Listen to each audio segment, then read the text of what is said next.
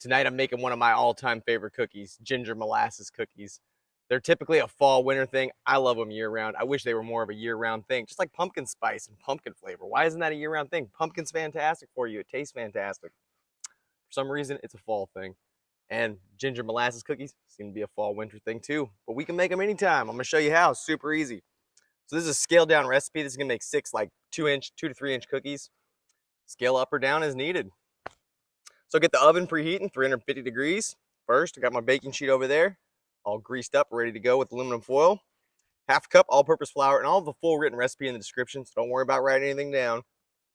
So half cup all-purpose flour. To that, we're gonna add half a teaspoon ginger, ground ginger. Quarter teaspoon of cinnamon. Saigon cinnamon, that's my favorite. Not that Ceylon, that Saigon. Quarter teaspoon baking soda. You can use baking powder too, but this one uses baking soda. Oh, let's see here. 1/8 of a teaspoon of cloves, ground cloves. Add that holiday flavor. This stuff's strong, gotta be careful with it. 1/8 of a teaspoon of salt. All important flavor enhancer, right? Okay, there's all our dry ingredients. Whisk those together. I just use a fork. Should let this bowl dry more.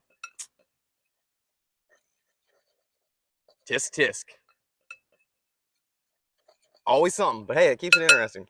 All right, now that our dry ingredients pretty decently incorporated there, nicely mixed together, let's go on to the wet. So got 2 tablespoons softened butter.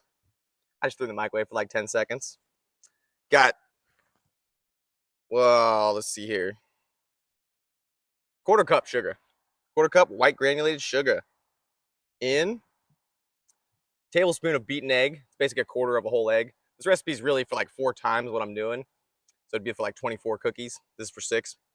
So that's 1 whole egg. So a tablespoon of beaten egg in. And then 2 tablespoons of molasses. There's the molasses aspect. I just love molasses. It's got a great flavor. Old recipes use tons of molasses, and for some reason we've gone away from it. I don't know why. And it's become just like a holiday thing.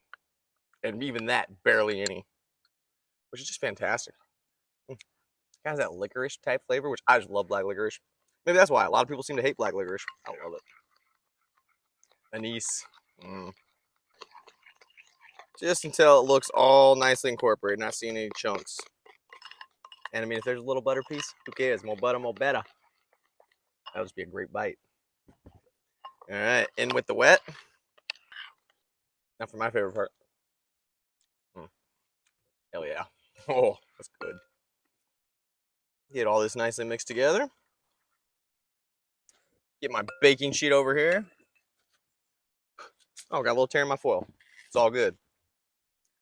All good. We carry on no matter the problems.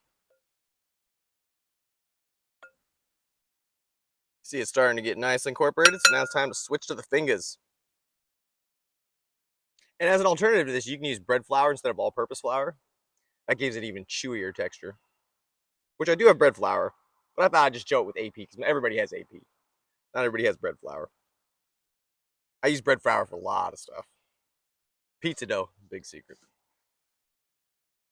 Probably not a secret, but. And the difference is bread flour has way more proteins in it. I think, right? Yeah, I think that's why. That's why it's chewier. Okay, now we got this nice sticky dough ball.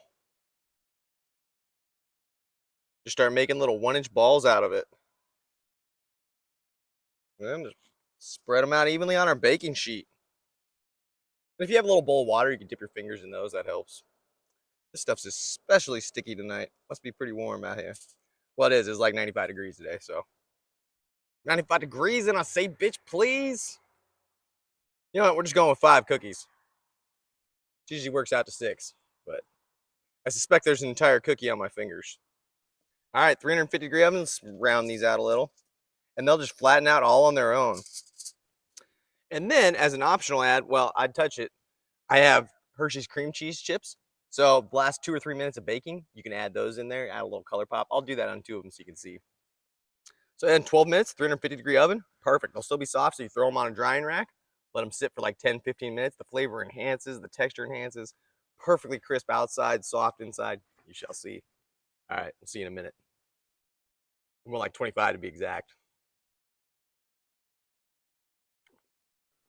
So here's our gorgeous ginger molasses cookies. You can see the ones I threw the white cream cheese chips in there. And then I hit them for the last minute only, like a dusting of that raw sugar in the raw.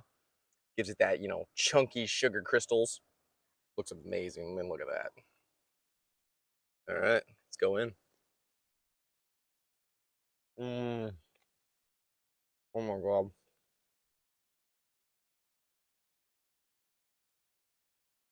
The texture is absolutely perfection. Perfectly crisp outside, perfectly soft inside. I mean, you can just see it. Amazing.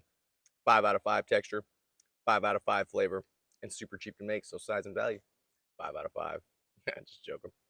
Actually, no, they are all 5 out of 5s. But make these any time of year. Doesn't have to be a fall and holiday thing. I love them year round. All right, until next time. Bye. So good. I've already had like 5 today.